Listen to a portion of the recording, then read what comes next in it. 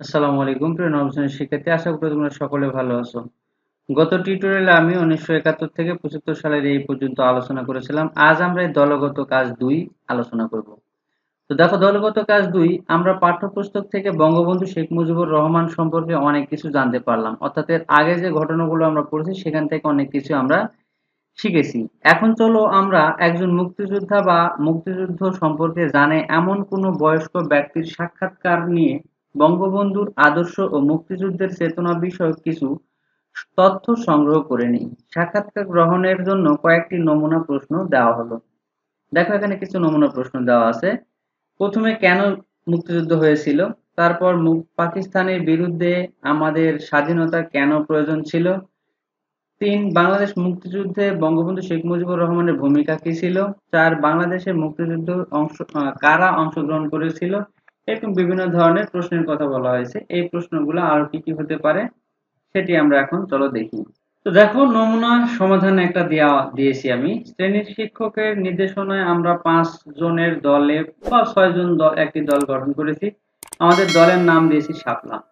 আমরা বঙ্গবন্ধুর আদর্শ ও মুক্তিযুদ্ধের চেতনা বিষয়ক তথ্য সংগ্রহ করার জন্য আমাদের এলাকার বীর মুক্তিযোদ্ধা নায়েক সুবেদার মোহাম্মদ হানিফ মিয়ার সাক্ষাৎকার গ্রহণ করেছি।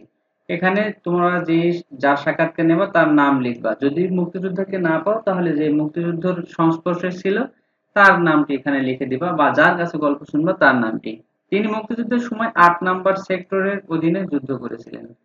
আমরা বৈজ্ঞানিক অনুসন্ধানের ধাপ অনুসরণ করে সাক্ষাৎকার গ্রহণ করেছি এবং পরবর্তী সাক্ষাৎকার ও পাঠ্যপুস্তক থেকে প্রাপ্ত তথ্য বিশ্লেষণ করে আমরা বঙ্গবন্ধুর জীবনের বিভিন্ন সময়ের ঘটনা, যেখানে তিনি ব্যক্তি স্বার্থের ঊর্ধ্বে জাতীয় স্বার্থকে প্রাধান্য দেওয়ার দৃষ্টান্ত রেখেছেন, তার একটি টাইমলাইন তৈরি করি। আমাদের সাক্ষাৎকারের জন্য তৈরিকৃত বৈজ্ঞানিক পদ্ধতি অনুসরণের ধাপ। প্রথমেই প্রশ্ন। দেখো, আমাদের অনুসন্ধানের বিষয়বস্তু কি? বঙ্গবন্ধুর আদর্শ ও মুক্তিযুদ্ধের চেতনা। এরপর আছে কি আমাদের প্রশ্ন, আমাদের অনুসন্ধানের জন্য প্রশ্নগুলো কি কি? 4টি প্রশ্ন দেওয়া ছিল। এক, কেন মুক্তিযুদ্ধ হয়েছিল? মুক্তি পাকিস্তানের বিরুদ্ধে আমাদের স্বাধীনতা কেন প্রয়োজন ছিল? 3, বাংলাদেশের মুক্তিযুদ্ধে শেখ মুজিবুর রহমানের ভূমিকা কি ছিল? বাংলাদেশ মুক্তিযুদ্ধের কারা অংশগ্রহণ করেছিল? এই 4টি প্রশ্ন দেওয়া ছিল। আমি আরো 2টি প্রশ্ন এখানে করেছি। মুক্তিযুদ্ধ স্বাধীনতা ঘোষণা কে এবং কিভাবে করেছিলেন? 6 নাম্বার, মুক্তিযুদ্ধ কিভাবে পরিচালিত হয়েছিল? এই প্রশ্নগুলো আমরা করব। তাহলে প্রশ্নগুলো অনুসন্ধানের জন্য উপযোগী কিনা? হ্যাঁ, এক্ষেত্রে আমরা শ্রেণী শিক্ষকের মতামত গ্রহণ করেছি। আমাদের অনুসন্ধানের তথ্য উৎস কারা? এলাকার স্থানীয় একজন বীর মুক্তিযোদ্ধা। যদি বীর মুক্তিযোদ্ধা না থাকে তাহলে প্রবীণ ব্যক্তি।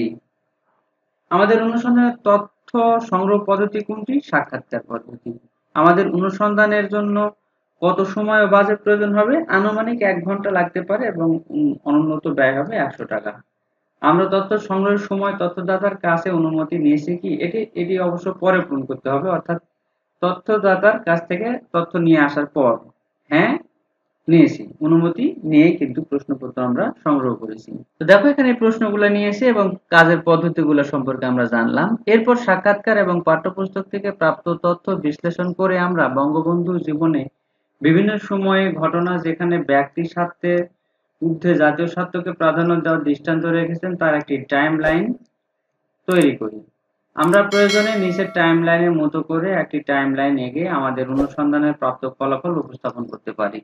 দেখো, এখানে একটু টাইমলাইনের চিত্র দেওয়া আছে এবং এটি করতে বলা হয়েছে। বঙ্গবন্ধুর জীবনের বিভিন্ন সময়ের ঘটনা, ব্যক্তির স্বার্থের ঊর্ধ্বে জাতীয় স্বার্থকেই প্রাধান্য। এখানে 1, 2, 3, 4টি দেওয়া আছে। আরো যতগুলো প্রয়োজন হয় তোমরা সেটি করতে পারবে। চলো আমরা সেই বিষয়টি এখন দেখি। তো দেখো, বঙ্গবন্ধুর জীবনের বিভিন্ন সময়ের ঘটনা, ব্যক্তির স্বার্থের ঊর্ধ্বে জাতীয় স্বার্থকে প্রাধান্য। আমরা 1 নম্বরে লিখেছি 1936 থেকে 1948 বঙ্গবন্ধু শেখ মুজিবুর রহমান সুভাষ বোসের আদর্শে অনুপ্রাণিত হয়ে ব্রিটিশ বিরোধী স্বদেশী আন্দোলন অংশগ্রহণকারীদের সঙ্গে মেলামেশা করতেন এবং দল মত নির্বিশেষে স্কুলের শিক্ষার্থীদের নিয়ে একটি স্বেচ্ছাসেবক বাহিনী গঠন করেন। এরপর 47 সাল গণতান্ত্রিক যুবলীগ নামে একটি সাংস্কৃতিক প্রতিষ্ঠান গড়ে তুলে ধর্ম বর্ণ নির্বিশেষে সকল মানুষের মধ্যে সাম্প্রদায়িক সম্প্রীতি ও শান্তি বজায় রাখার কাজ শুরু করেন। এরপর 48 সালে বঙ্গবন্ধু শেখ মুজিবুর রহমান ভাষা আন্দোলনে যোগ দেন। একই বছর 11 মার্চ সারা দেশে বাংলাকে রাষ্ট্রভাষা করার দাবিতে যে আন্দোলন শুরু হয়, সেই আন্দোলনে পুলিশি বাধা ও নির্যাতন উপেক্ষা করে দৃঢ় অবস্থানে অংশগ্রহণ করেন। এরপর 1949 ফরিদপুর, ঢাকা ও কুমিল্লা জেলার ধান শ্রমিকদের উপর জারি করা পীড়নমূলক সরকারি হুকুমের বিরুদ্ধে প্রতিবাদ, ঢাকা বিশ্ববিদ্যালয়ের চতুর্থ শ্রেণির কর্মচারীদের চলমান আন্দোলনের সমর্থন ও আরমানিটোলায় দরিদ্র মানুষের খাদ্যের দাবিতে ভুয়া মিছিলে যোগদান করার কারণে বঙ্গবন্ধু শাসক গোষ্ঠী রোষানলে পড়েন এবং গ্রেপ্তার হন। 1949 সালের পর 1952 সাল কারাবন্দী থাকাকালীন ঢাকা মেডিকেল কলেজ হাসপাতালে চিকিৎসাধীন অবস্থায় 21শে ফেব্রুয়ারি কর্মসূচি পালনে ছাত্র ও আওয়ামী মুসলিম লীগের নেতাকর্মীদের পরামর্শ প্রদান করেন। তারপর 1960 সাল বঙ্গবন্ধু শেখ মুজিবুর রহমান স্বাধীন বাংলা বিপ্লবী পরিষদ নামের একটি গোপন সংগঠন প্রতিষ্ঠা করেন। 1964 সাল বঙ্গবন্ধু শেখ মুজিবুর রহমানের দাঙ্গা প্রতিরোধ কমিটি গঠন করেন এবং আইয়ুব বিরোধী ঐক্যবদ্ধ আন্দোলন লক্ষ্যে গড়ে ওঠা সর্বদলীয় সংগ্রাম পরিষদ গঠনে গুরুত্বপূর্ণ অবদান রাখেন। 1966 সালে বাঙালি জাতির মুক্তির সনদ ঐতিহাসিক ৬ দফা দাবি উত্থাপন করেন। ৬৬ সালে ৭০ সালে সাধারণ নির্বাচনে অংশগ্রহণ করেন এবং নিরঙ্কুশ বিজয় লাভ করেন। ৭১ সালে ৭ই মার্চ রেসকোর্স ময়দান বর্তমান শহরের উদ্যানে ঐতিহাসিক ভাষণ প্রদান করেন।